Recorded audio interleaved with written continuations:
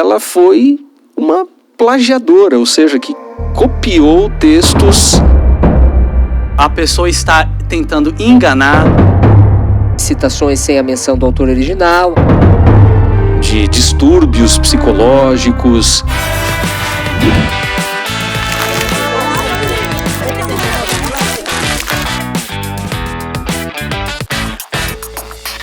Olá, tudo bem?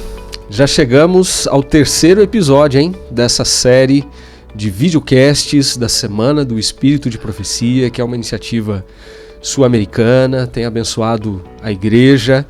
E neste ano nós estamos tratando de um tema muito importante: críticas a Ellen White. E a pergunta de hoje você viu, Será que Ellen White foi uma plagiadora? Bom, para responder essas questões, nós temos aqui convidados especiais. Está conosco novamente o pastor Jonatas Leal, que é o coordenador do Seminário Latino-Americano de Teologia. São 8 seminários espalhados aqui por países do nosso continente, e ele é quem coordena todo esse trabalho, além de ser o responsável pelo departamento de Espírito de Profecia, não é, pastor Jonatas? É verdade. É uma alegria estar com vocês aqui novamente, para discutir esse tema também que é tão relevante. Excelente.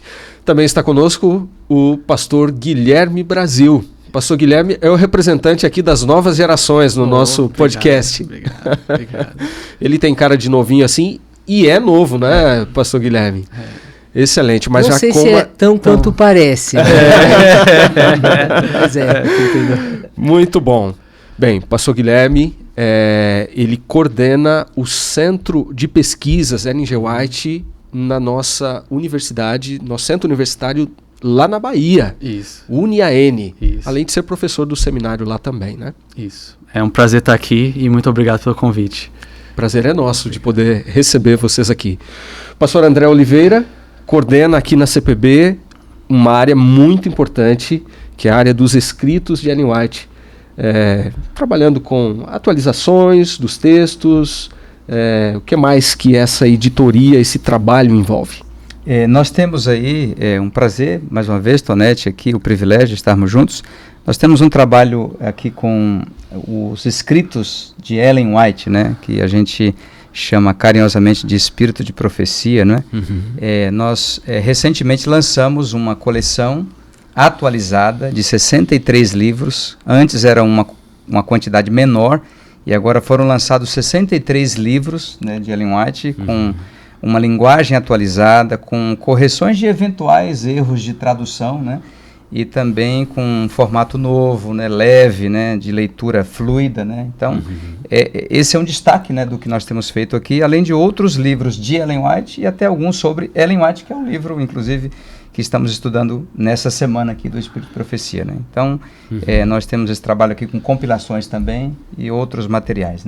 Olha, eu já aproveito, inclusive, para destacar que quem tem assistido até o final tem tido acesso a códigos promocionais que permitem você adquirir coleções inteiras, como essa de 63 volumes, e outras mini coleções e outros materiais também da CPB, com um preço muito especial. Então, vale a pena você acompanhar aqui o nosso conteúdo e ter essa oportunidade de poder usar esses códigos para incrementar aí a sua biblioteca. Beleza? Lembrando também, pastor Jonatas, pastor Guilherme, André, que a igreja dispõe de muitos recursos que tornam acessíveis, ainda mais acessíveis, os materiais, os escritos de Ellen White. Poderíamos compartilhar com o pessoal aqui alguns desses meios, sites, aplicativos? Sim, eu acho que um dos sites com muito conteúdo que nós temos em língua portuguesa é o site do Centro White. O site do Centro White, que é mantido pelo nosso Centro White, que está ali no NASP, tem muitos materiais. É um site que tem sido construído há muitas décadas, e muitas dessas dúvidas que surgem, inclusive aquelas que a gente está conversando essa semana, estão ali. Tem muito material, não apenas sobre Ellen White, mas também sobre a história da igreja. Então esse seria eu acho que uma fonte importante de conteúdo. Perfeito, excelente. A própria CPB tem um site também, né, que é o ellenwhite.cpb.com.br, que disponibiliza textos, são ferramentas complementares, né, gratuitas, né, que permitem o acesso, inclusive na língua que a pessoa quiser, né? O caso do EGW Writing, que é outro site. Poderíamos mencionar, certamente, perfeito, com materiais ali de Ellen White em diversas línguas. Muita coisa em língua portuguesa, para quem tem acesso à língua inglesa, mais ainda. Mas realmente hoje o problema não é ter acesso, nós temos acesso. A questão é se nós aproveitamos esse acesso, porque realmente está amplamente, né, disponível. E aqui a casa sempre trazendo também com muita qualidade de conteúdo. Então é importante aproveitar. Excelente, muito bom. Obrigado pelas lembranças, amigos. Bem, como nós temos procurado mostrar aqui, Ellen White já foi acusada de muita coisa, desde o século XIX, de falsidade, de racismo, de distúrbios psicológicos, uma série de coisas, de enriquecimento a partir das suas obras, ganhos, né, com direitos autorais, que aliás vai ser um dos temas que nós vamos explorar aqui em um dos dias, e também alguns tem alegado que ela foi uma plagiadora, ou seja, que copiou textos de outros autores sem citar a fonte. E talvez uma pergunta para a gente começar aqui o nosso debate de hoje é: o que constitui plágio? E talvez a forma de a gente responder essa pergunta com base na realidade de hoje, seja diferente do que constituía plágio no contexto do século XIX, no período em que Ellen White viveu. E aí?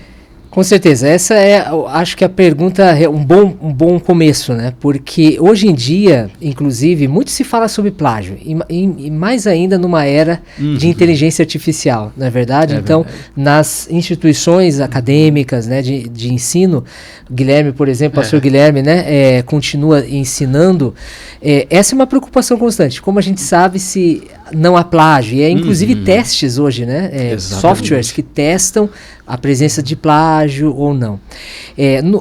Hoje, o conceito de plágio é muito diferente do conceito de plágio do século XIX. Né? O conceito de plágio hoje, eu fui até pesquisar um pouquinho, o Instituto Federal de Santa Catarina, eu gostei da definição que eles deram. Eles definem plágio assim. E eu estou mencionando a fonte, viu? Então não posso ser acusado de plagiador. Né? Vou fazer a tarefa de casa, exatamente. Direitinho. Plágio é a cópia integral ou parcial de um texto ou de uma ideia. Então, plágio pode acontecer de diversas formas, desde citações sem a menção do autor original, até a apropriação de conceitos, né, desenvolvido por outras pessoas, e a apresentação apresentadas, né, como inéditas ou próprias. Então, na Constituição, na lei brasileira, o plágio é um crime, né, que nós devemos evitar. Aliás, quando eu cursei jornalismo também, e uma das primeiras coisas que a gente aprendia tinha que ver com isso aí. Olha, plágio da cadeia, inclusive. Exatamente. Então, hoje, se você citar a ideia de alguém, um conceito, sem o devido, né, crédito a essa pessoa, e não apenas a pessoa, mas o lugar, né, a data, o nome do livro. Então, há uma série de cuidados que não havia no século XIX, que era muito diferente. E só acrescentando aí o que o professor Jonatas falou, é importante a gente também ter em mente que o princípio, né, moral que a lei do plágio ela visa assegurar é o não furtarás. Esse é um princípio moral, é um princípio universal, mas a maneira como estados, como entidades vão defender esse princípio pode variar de tempo, de espaço e de cultura. Assim, uma breve anedota só para explicar isso. Eu estava no meu primeiro ano de faculdade no Southern Adventist University, e na matéria de redação, né, que nós tínhamos lá, O professor, ele entrega um livro, lê esse livro e a primeira coisa que ele vai falar é sobre as leis de plágio. Aí falando, né, tem que ter aspas, tem que ter nota de rodapé. Se não tiver, se tiver aspas e não tiver nota de rodapé, você plagiou. Só que aí você lê aí nas regras, você vai mais do livro e ele vai dizendo, certas culturas é importante que o aluno não dê crédito pro professor. Eu achei um absurdo. Mas é parte da cultura, né? Certas culturas do leste asiático tem a ideia de que é bom o aluno replicar aquilo que o professor diz. É uma forma dele mostrar que ele internalizou o conhecimento. Então, quando nós estamos falando de plágio, é importante ter um pouco dessa distinção e a maneira como as leis de propriedade intelectual, elas se desenvolvem e elas assumem a sua forma nas geografias e também no tempo específico. Que é o mesmo caso também quando nós estamos lidando com os escritos de Ellen White. Nós temos que ser justos com ela e entender, né, que as leis que governam as leis de plágio são as leis que governavam no período em que ela vivia.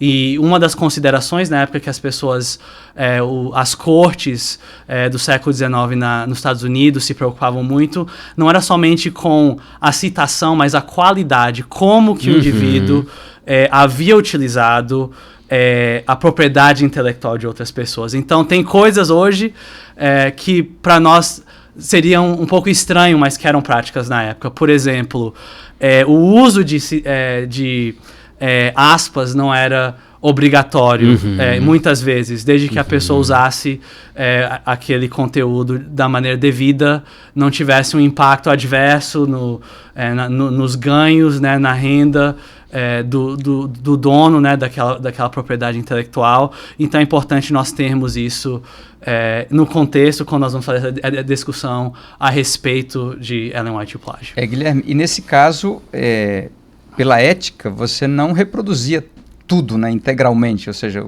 usavam pedaços, vamos dizer assim, dentro de uma composição maior, né? Exato. Você tem o princípio que eles usam, né, é de que haveria uma intenção. Então, há um grau. A pessoa está tentando enganar e transmitir aquilo como se fosse a sua, ou digamos, a informação da outra pessoa como se fosse a sua. Então, esse era um critério que era levado muito em consideração. E, então, nesse sentido, né, a questão moral, ela continua, ela também existia, né? Mas as regras eram diferentes. Então, as leis eram diferentes.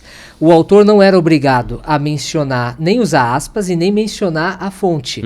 Mas o autor não poderia, né, levar as pessoas a acreditar que aquele conteúdo era dele, né? E isso Ellen White nunca fez. Ela nunca utilizou esse conteúdo, né? A gente vai ver um pouquinho mais o tamanho desse uso daqui a pouquinho, mas Ellen White realmente nunca fez isso. Então acho que isso é importante. E a gente tem vários exemplos, né? Um exemplo, por exemplo, é John Wesley. John Wesley citava porções enormes de Santo Agostinho, por exemplo, mas nunca colocava aspas e nunca também mencionava que era Santo Agostinho. Não dava o crédito, né? Não dava o crédito. Mas não estava mal intencionado, né? Exatamente, exatamente. Um outro exemplo também do mundo mais secular, daquela cultura popular, da própria era de Ellen White, é o próprio autor Herman Melville, que escreveu, né, o famoso livro Moby Dick, que era da época de Ellen White, né, ali da década de 1850. Tem uma página inteira do livro dele que ele pega de um livro de história natural sem dar nenhum crédito, né? O que hoje seria um absurdo, né? Seria considerado. Mas naquela época todo mundo sabia. Ele não é cientista, ele é um escritor. E todo mundo que lia aquilo na época imaginaria que ele deve ter feito a pesquisa dele e retirado aquilo de uma fonte científica. Então é importante a gente também levar isso em consideração. Perfeito. Mas o exemplo mais interessante é o do próprio exemplo de Dudley Kenwright. Que foi um dos maiores opositores de Ellen White, críticos, primeiro a levantar essa questão. Primeiro a levantar essa questão. Hoje, quando a gente ouve na internet, depois a gente vai falar um pouquinho mais no último episódio. Então, não perca o último episódio. A gente vai falar um pouquinho mais sobre esse perfil dos críticos de Ellen White e da igreja em geral. E na verdade, tudo que se fala contra Ellen White, basicamente foi Ken White que teve foi o primeiro, né? Foi o embrião, né? Estava lendo os escritos dele. E ele faz citação de autores, né, como a Bíblia do Céu, por exemplo, o autor menciona esse exemplo, né, que era uma página inteira praticamente. Que era um livro do Moses Hull. Exatamente. Sem dar crédito.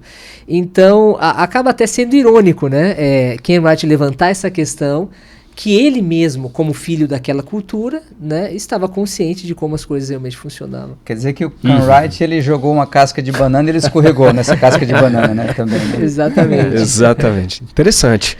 Agora, ele e outros críticos que fizeram coro a essas acusações de plágio, e até hoje ainda, né, é muito comum que as pessoas digam assim, que a obra como um todo de Ellen White, ela está permeada de empréstimos literários, né?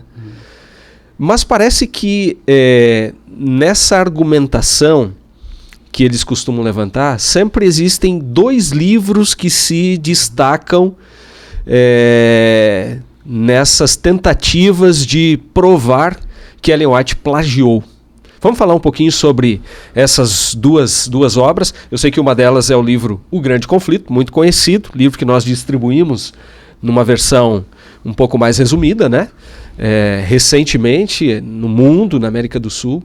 Então vamos conversar um pouquinho a respeito disso. Isso é muito interessante. De fato, são apenas esses 2 livros, né, que os críticos que afirmam Ellen White, né, que Ellen White é uma plagiadora, normalmente são esses mencionados, O Grande Conflito e o livro, né, que nós conhecemos em português como O Apóstolo da Fé e da Coragem. Esse livro, ele foi expandido e ele se tornou Atos dos Apóstolos, como nós conhecemos hoje, né? A gente vai falar, acho que é importante a gente tocar um pouco nesse assunto. O livro O Grande Conflito, como nós temos hoje, a primeira visão que Ellen White teve sobre esse tema foi em 1858. Ela estava, inclusive, numa cerimônia fúnebre próxima a Bowling Green, Ohio, em Ohio. E naquele momento, ela teve a primeira visão do Grande Conflito. Ela teria outras visões desse Grande Conflito, que na verdade se tornou uma série, né? Que nós conhecemos como série Grande Conflito. Os 5 volumes. Os 5 volumes.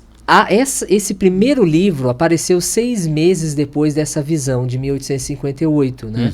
Ele tinha 219 páginas e ele acabou se tornando o embrião do que depois foi expandindo para se tornar então essa série, O Grande Conflito. E é importante ter essa ideia em mente, esse conceito em mente, essa história, né?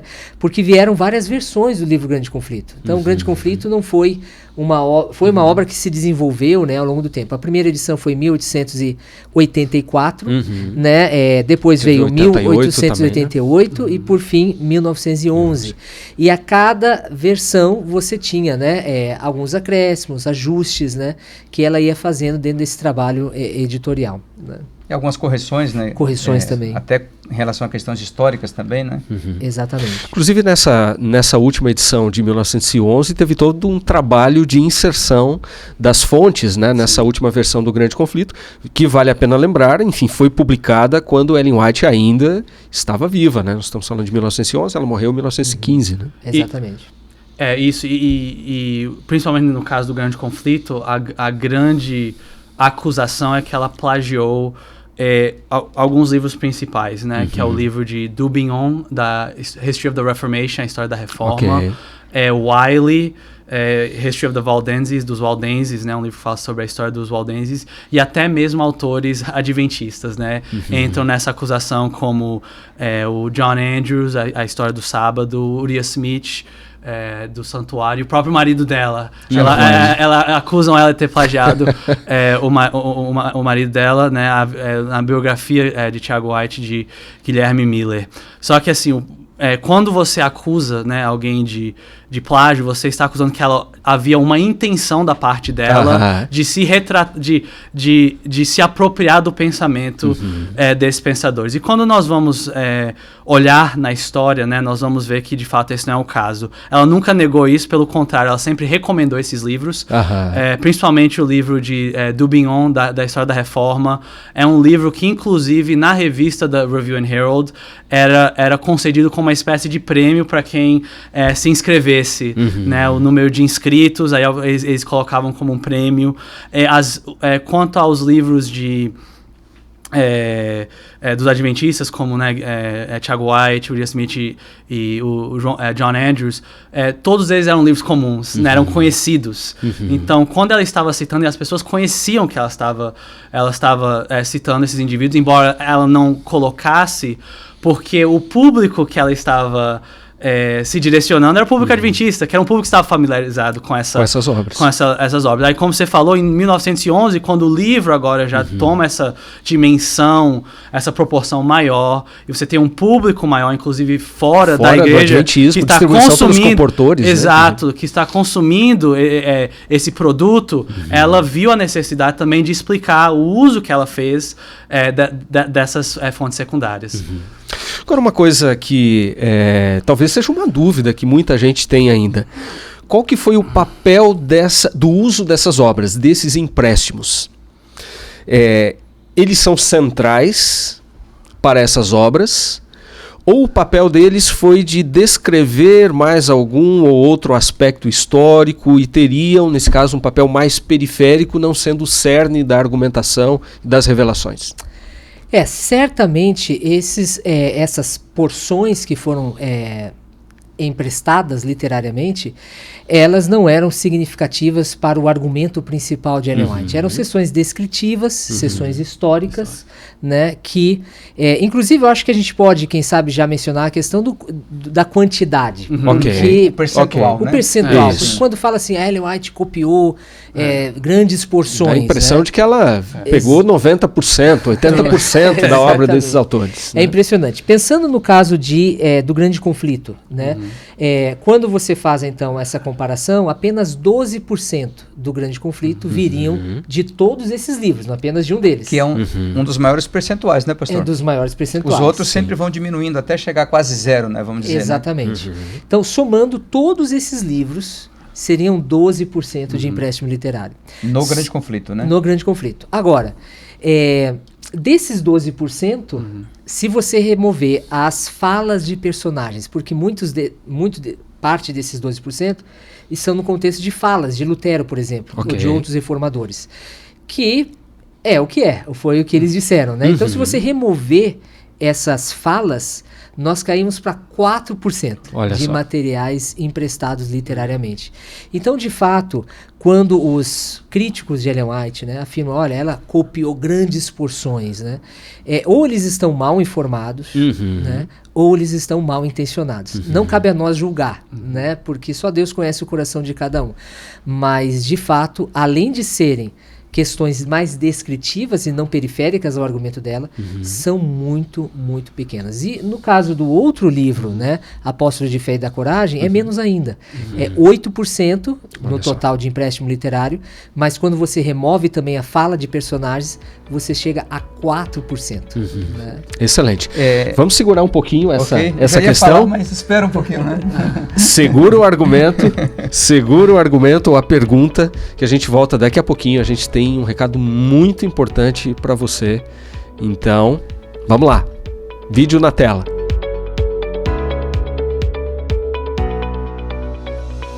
E se você quer começar com algo mais compacto, as mini coleções de Ellen White estão com 20% de desconto. São 10 séries temáticas com diversos assuntos como família, saúde, educação, igreja e muito mais.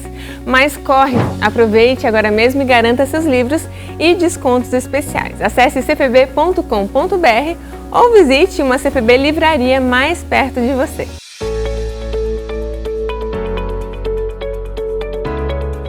Muito bem, hoje nós temos também código promocional, descontos significativos aqui, pastor André Oliveira. E nos resta saber agora, bom, já sabemos que tem o desconto, agora para qual material? A gente já teve código promocional aqui para o livro Ellen White e seus Críticos, para a coleção completa de 63 volumes. E hoje, qual que é a novidade? Conta aí para nós. Anote aí o código, viu, amigo? É série 20.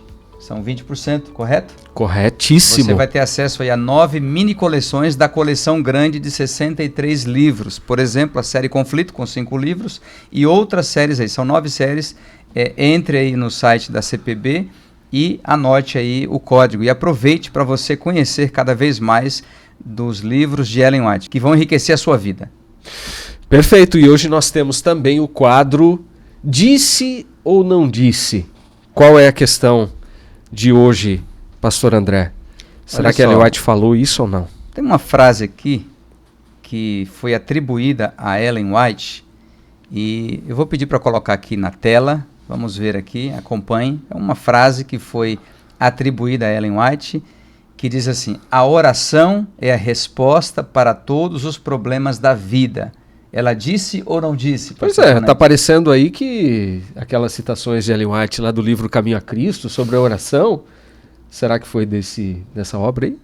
Olha, na verdade, essa frase não é de Ellen White, ela é de um autor anônimo citado em um artigo publicado na Review and Herald, a nossa revista, de 7 de outubro de 1965.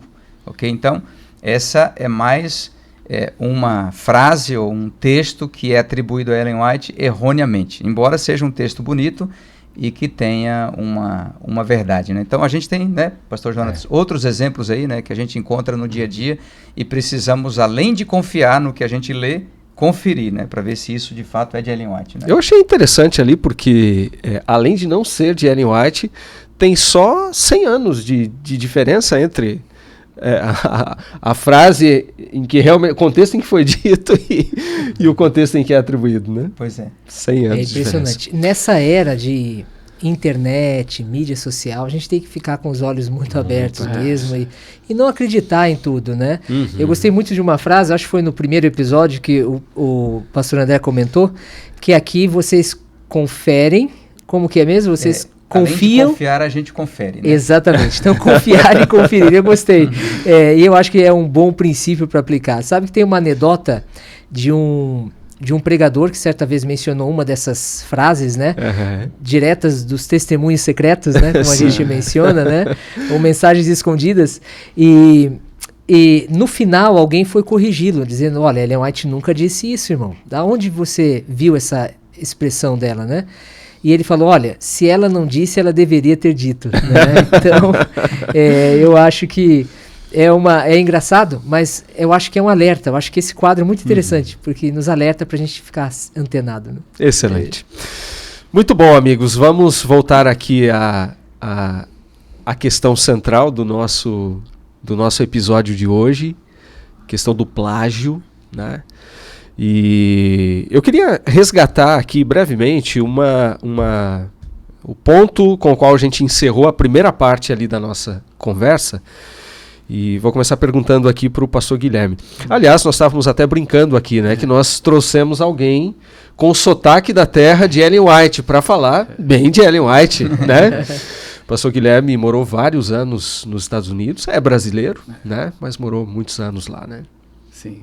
E mais tempo no Brasil ou nos Estados Unidos? Estados Unidos, 19 anos. 19 anos. 19 anos. Tá explicado o sotaque. É. Né? Muito bom. Mas voltou para a terra em que você passou boa parte da sua infância. Isso. Bahia. É isso. O local onde eu passei mais tempo da minha vida foi na Bahia, hoje é UniAN, na época era IAN, mas o país onde eu passei mais tempo até agora foi Estados Unidos. Muito bom. Eu até no primeiro, enfim, no início do episódio eu tomei a liberdade de brincar, né, enfim, com a sua idade. Peço até desculpas por isso, mas queria aproveitar para mencionar aqui que o pastor Guilherme é muito jovem, mas tem uma trajetória já muito significativa. Enfim, o seu mestrado você fez em Yale. Yale está terminando o doutorado já em Princeton também, no seminário de Princeton. Então, uma trajetória fantástica. A gente agradece de você estar conosco. Bem, mas a questão que eu queria colocar aqui e que alguns críticos levantam é a seguinte: alguém que é inspirado, que recebeu revelações de Deus, do Senhor, do céu, pode fazer empréstimos literários? Então, uma coisa que é muito importante ficar clara é que empréstimo literário não é a mesma coisa que plágio, né? Perfeito. Porque empréstimo literário todos os autores humanos fazem. né, desde a antiguidade, né? Como disse Salomão, não há nada novo debaixo do céu, né? Quem é que pode falar alguma coisa completamente original, né? Então, isso é uma coisa que precisa ficar estabelecida. Ellen White, ela fez empréstimo literário, embora tenha sido muito pouco, como a gente viu, né, na proporção da obra dela, é muito pouco, mas esse empréstimo em nenhum momento se configura plágio, porque ela nunca teve a intenção de enganar as pessoas para que elas pensassem que aquilo que ela produziu era dela. Inclusive ela mesma, né, menciona, né, que ela tomou essas pequenas partes emprestadas, porque eram descrições adequadas daquilo que ela tinha visto em visão, né? Eu acho que esse é o ponto que deveria ficar claro também. Né? Excelente. E Tonete, só um detalhe aqui. Claro, o objetivo dela, pelo que eu entendo, não era apresentar rigorosamente uma nova pesquisa histórica que exigisse que ela fizesse algo original, né? Ou seja, o objetivo dela, e Deus guiando dessa forma, foi iluminar os eventos históricos que já tinham ocorrido, que já estavam registrados, mas iluminá-los com a luz da profecia bíblica. Ou seja, ela foi uma intérprete da história e utilizou trechos da história, né? Ou seja, o valor do livro O Grande Conflito não está nos fatos que qualquer historiador poderia ter contado ou encontrar, né? O valor está na narrativa inspirada que ela teceu usando esses textos que ela aproveitou, né? Ou seja, que mostravam a mão de Deus na história. E aí a gente fica pensando, né? Será que foi um privilégio para D'Aubigné, para Willy, ser citados por Ellen White, ou foi o contrário? Ou seja, então foi uma honra para qualquer historiador ser citado num livro inspirado por Deus. É isso que a gente precisa entender, né? Perfeito. E a gente poderia até fazer um paralelo com o próprio contexto bíblico, né? Exato. Porque os evangelhos, os evangelistas, um citou o outro, fez uso, né? Outros livros da Bíblia, o Apocalipse também, quantas conexões com o Antigo Testamento. E entrando nesse tópico, os evangelhos, um exemplo excelente é o Evangelho de Lucas, que toma, né, um formato, embora é um livro inspirado, mas você tem semelhanças com a historiografia do século I, né, no formato que ele desenvolve o livro para construir essa narrativa inspirada. Ou seja, o Lucas, ele pesquisou, né, pastor? Ele pesquisou as fontes. E ele não cita as fontes de onde ele tirou, né? Exatamente. E Deus o guiou dessa forma, né? E isso acontece em diversos outros livros, né? Você tem, por exemplo, Deuteronômio, que tem diversas similaridades com a estrutura dos tratados hititas, né? Perfeito. Você tem nas leis de Moisés várias leis que são praticamente idênticas com as leis de Hammurabi, né? Faziam parte desse milieu cultural, né? E Hammurabi escreveu antes de Moisés essas leis, né? Você tem no livro de Reis e Crônicas diversas porções que foram retiradas de relatos históricos ou narrativas da corte, né, e que foram incorporados pelo autor inspirado porque refletiam a verdade. Então, nesse sentido, realmente é um privilégio, porque uma vez que um autor inspirado usa uma fonte, ele concede a essa fonte uma autoridade, né, que nenhuma comissão acadêmica pode conceder, porque Deus está por trás, né, dessa direção, né, para eles. Próprio Paulo, pensando assim no Novo Testamento, Atos 17, 28, pois desde somos geração, é de um poema do poeta grego Arato do século III, né? E Paulo não cita Arato, ele só fala, um poeta de vocês falou. Então, mais um exemplo, como foi mencionado antes. Muito interessante, né? Então a gente chega à conclusão, né, Tonete, de que não um autor que enriquece a obra de Ellen White, né? É a obra de Ellen White que enriquece o nome de algum autor que é citado por ela, né? Então é importante a gente entender isso, né? E voltando, né, à pergunta que o Tonete nos fez no início, como que pode um autor inspirado usar outras fontes? Então a gente já viu aqui na nossa conversa que não foi apenas Ellen White. Os autores bíblicos também fizeram isso. Mas como explicar isso? Isso tem muito a ver com o conceito de inspiração, como as pessoas entendem inspiração, né? E há dois extremos. Um extremo é dizer que a pessoa que é inspirada por Deus, ela é como se ela fosse uma máquina de escrever, onde Deus estivesse ditando cada palavra e essa pessoa estivesse simplesmente escrevendo. Esse não é o processo de inspiração como a Bíblia ensina, né?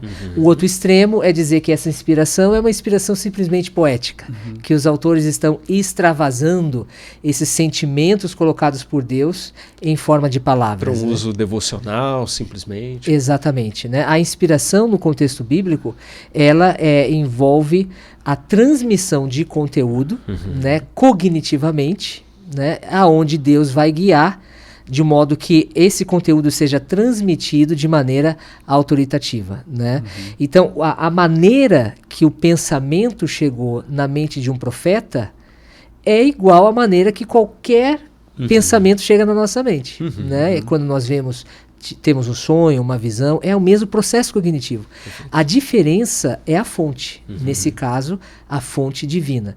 Então, tem 3 conceitos que eu acho que é importante a gente entender. O processo de revelação, que é um processo cognitivo, é quando Deus transmite conteúdos através de diversas maneiras. Pode ser sonhos e visões, pode ser através de uma pesquisa histórica, através de entrevistas, pode ser através de pesquisa, né, em documentos históricos. Então, há muitas maneiras.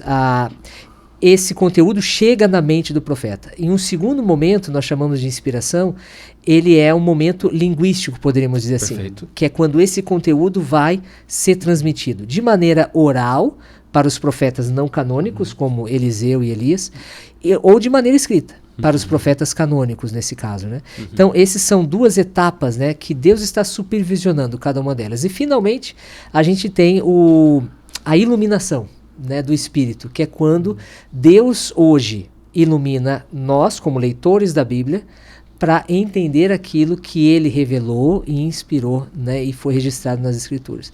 Então, não há nenhum problema de um autor inspirado, né, como Ellen White e os autores da Bíblia, de usar fontes externas, porque isso faz parte do processo de inspiração que funciona, né, desde a perspectiva de como Deus planejou que fosse. Perfeito.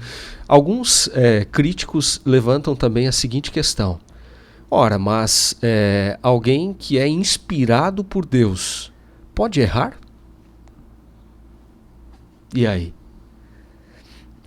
Bom, aí vai depender de que tipo de erro, né? Evidentemente, como um autor humano, como a gente pode pensar, por exemplo, no caso de Davi. Davi foi um profeta. Sim. E olha, ele cometeu erros que facilmente dariam cadeia hoje em dia. Sim, coisas terríveis, né, que ele fez. Homicídio então, nesse duplamente sentido, qualificado. Duplamente qualificado. Exatamente. Mas ele experimentou o perdão de Deus. Então, lógico, um profeta, ele pode errar, né? Mas quando esse profeta está falando em nome de Deus, profeticamente, aí ele não erra, né? Porque se ele errar, então a mensagem dele fica afetada, né? E Deus, então, coordena as coisas e supervisiona as coisas para que isso não aconteça. Então, um profeta pode errar? Sim. Mas no ato de profetizar, ele não erra. Porque lembra que nós comentamos no primeiro episódio que um dos testes do profeta é que a sua profecia se cumpra. Então, no ato de estar profetizando, ele não pode errar, porque ele está falando em nome de Deus. Muito bom. Pastor Guilherme, essa questão das alegações de plágio atribuídas a Ellen White já foi amplamente estudada. A própria Igreja Adventista, no contexto da década de 1980, teve uma empresa com especialistas na área de direito autoral que fez uma investigação. Podemos falar um pouquinho, porque acho que esse é um ponto importante, né, que nos ajuda a entender bem isso. Assim, em 1981, a igreja contratou um advogado, o nome dele era Vincent Ramick, para fazer um estudo. Como você falou, era um investigador externo. Católico, inclusive. Outra tradição. Isso, que era católico, anglo-católico, né? Que é o ramo católico da igreja anglicana, que segue o rito de Roma. E ele fez uma investigação minuciosa de todas as páginas escritas, né, de Ellen White e comparando elas com as leis de propriedade intelectual dos Estados Unidos de 1790, quando você tem, né, formalmente leis de propriedade intelectual nos Estados Unidos, oficiais, até a sua morte. E a conclusão que ele chegou no memorandum, né, que foi o documento que ele escreveu, é que o uso que ela fez de fontes secundárias estava dentro dos usos, o fair use, que é o termo que eles usam, né, que é o uso devido dessas fontes. E esse trabalho está disponível, então a igreja não tem nada a esconder, inclusive os argumentos dos críticos, com a réplica dele, você pode acessar isso em PDF no site do Ellen G. White Estate, né, que é o site do Centro White da Associação Geral. Agora imagina, né, vamos pensar nesse cenário. Ellen White escreveu extensivamente, usando livros que os membros tinham acesso. Todas essas acusações de plágio, elas são posteriores, né? Então, se realmente Ellen White quisesse, né, plagiar com a intenção de enganar, primeiro, ela teria usado livros que não eram conhecidos. E quando você revisa, né, alguns, por exemplo, acusam Ellen White de ter postergado a publicação do último livro de O Apóstolo da Fé e da Coragem, porque realmente a primeira versão desse livro saiu em 1883 e demorou bastante tempo para essa segunda edição, que na verdade saiu só em 1911 e já como Atos dos Apóstolos, com um novo nome, com muito mais conteúdo, né? Mas ela, nessas cartas, né, onde as pessoas inclusive pedem para que esse livro volte, né? Ela, em nenhum momento, a questão do plágio ou de um processo é mencionado, né? Simplesmente a vida aconteceu, ela acabou entrando em outros projetos e não conseguiu aumentar o conteúdo desse livro como ela queria, a não ser já na parte final da sua vida, né?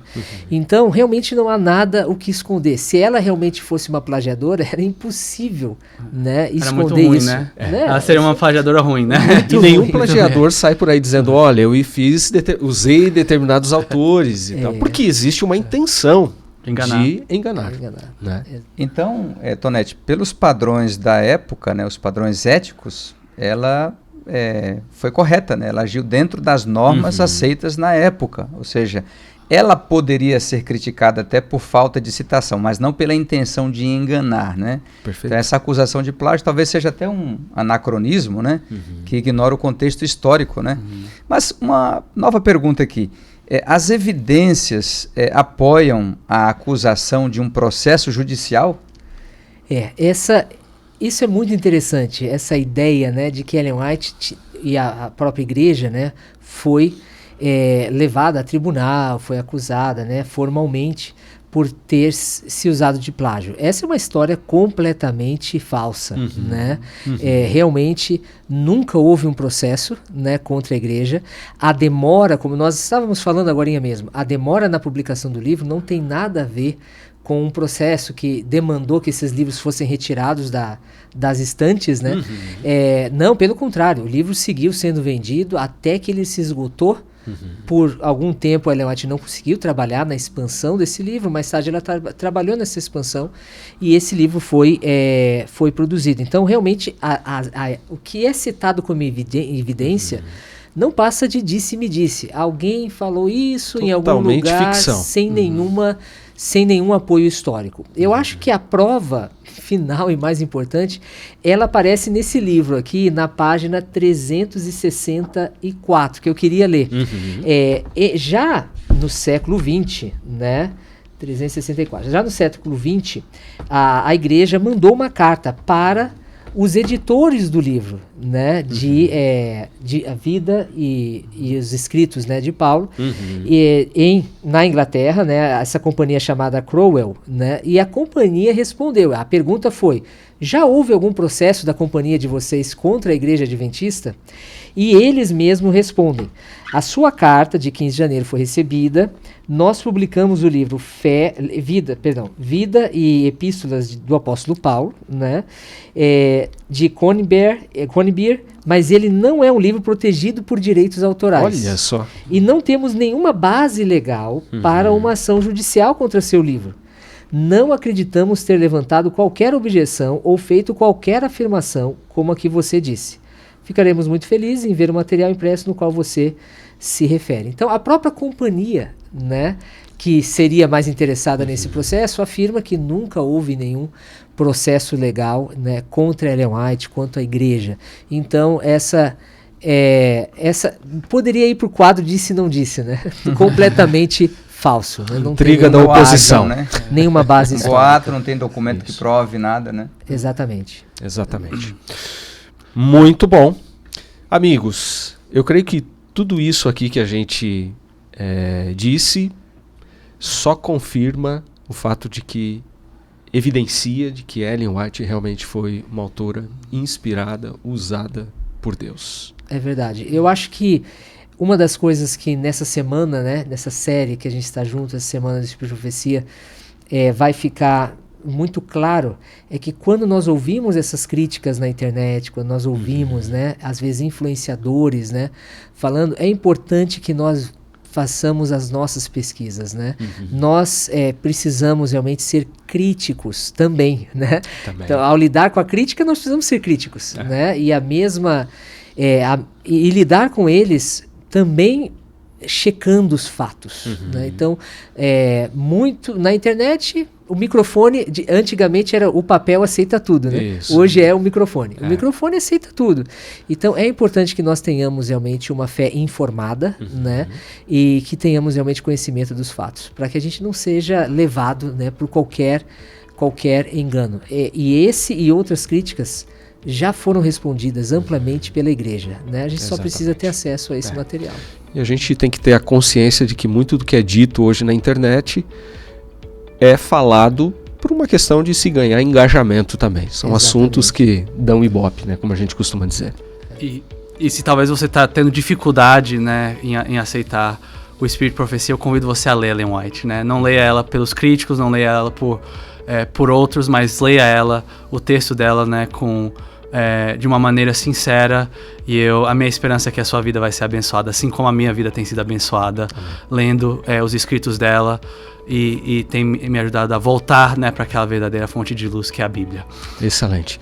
Inclusive o próprio advogado que coordenou esse trabalho, esse levantamento que nós mencionamos aqui na década de 1980, deu um depoimento também, pessoal, dizendo que ao ler os escritos de Ellen White, nessa investigação, ele também teve a vida transformada ao ter contato com esses escritos, né? Amigos, nosso tempo chegou aqui ao fim. Obrigado, pastor Jonatas, pastor Guilherme, pastor André, por compartilharem essas informações esclarecedoras para ajudar pesquisadores sinceros a entender a importância e a legitimidade do dom profético. Obrigado a você que nos acompanhou até aqui.